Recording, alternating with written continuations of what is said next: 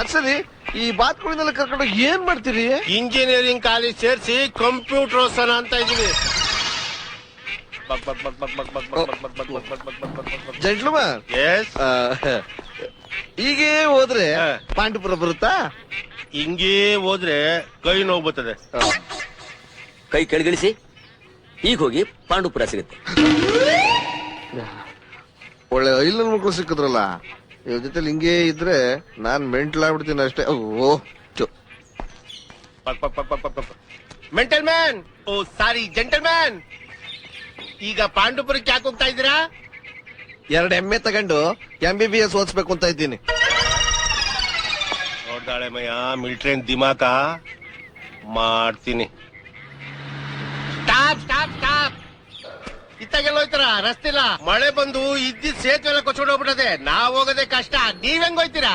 ಓ ಮೈ god, ಈಗ ಹೇಗ್ ಹೋಗೋದು? ಬೇರೆ ದಾರಿ ಇಲ್ವಾ? ಯಾಕಿಲ್ಲ,